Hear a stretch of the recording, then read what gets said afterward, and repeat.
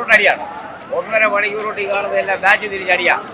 ദേവസ്വം പോലീസിലേക്ക് തീർത്തടിയാണ്. കാര്യമൊന്നും അറിയാൻ പോയി അവരുടെ ഇടിച്ച് കലക്കി അവരുടെ കണ്ട് മണ്ടയൊക്കെ പോയി അവരുടെ തൂങ്ങിപ്പെടുത്ത് പോയി മൊത്തം ഇടി.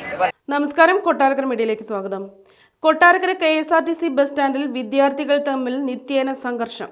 ഇതുമൂലം യാത്രക്കാരും കച്ചവടക്കാരും വളരെയധികം ബുദ്ധിമുട്ട് അനുഭവിക്കുകയാണ്. നിത്യേന ഉണ്ടാകുന്ന സംഭവത്തിൽ നിയമപാലകരും കണ്ണടയ്ക്കുന്ന അവസ്ഥയാണ്.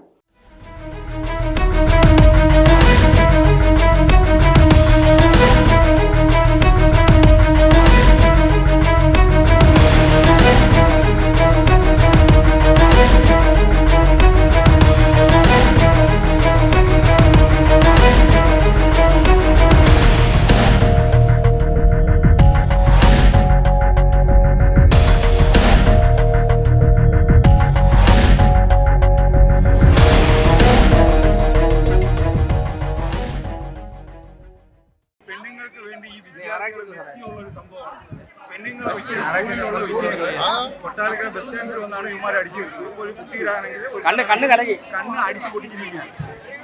ഇവിടെ ചോദിക്കാൻ ആരുമില്ല, നിയമപാലകരില്ല. നിയമപാലകർ വരുമ്പോൾ അവർക്കുള്ള പാട്ടിൽ പിള്ളേർ ഓടി രക്ഷപ്പെടാം. നിത്യമുള്ള സംഭവമാണ്. ഈ പൊതുജനങ്ങൾ അതിനെ കൈകാര്യം ഇവിടെ ഡെയിലി നടക്കുന്ന പരിപാടി എന്ന് വെച്ചാൽ ഇതാണ്. പെണ്ണുങ്ങൾക്ക് വേണ്ടിയുള്ള അടിയാണ് ഇവിടെ ഡെയിലി. ഇന്ന് ഞായറാഴ്ചയായിട്ട് ഒരു പോലീസുകാരോ ആരോ മനുഷ്യരോ ഇല്ല. ഇവിടെ സ്ഥിരം നടക്കുന്ന പരിപാടിയാണ്. ഇവിടെ കൊട്ടാരക്കര KSRTC ബസ് സ്റ്റാൻഡിനകത്തുള്ള പരിപാടി എന്ന് വെച്ചാൽ ഇതാണ്. പെണ്ണുങ്ങൾക്ക് വേണ്ടിയുള്ള അടിയാണ്.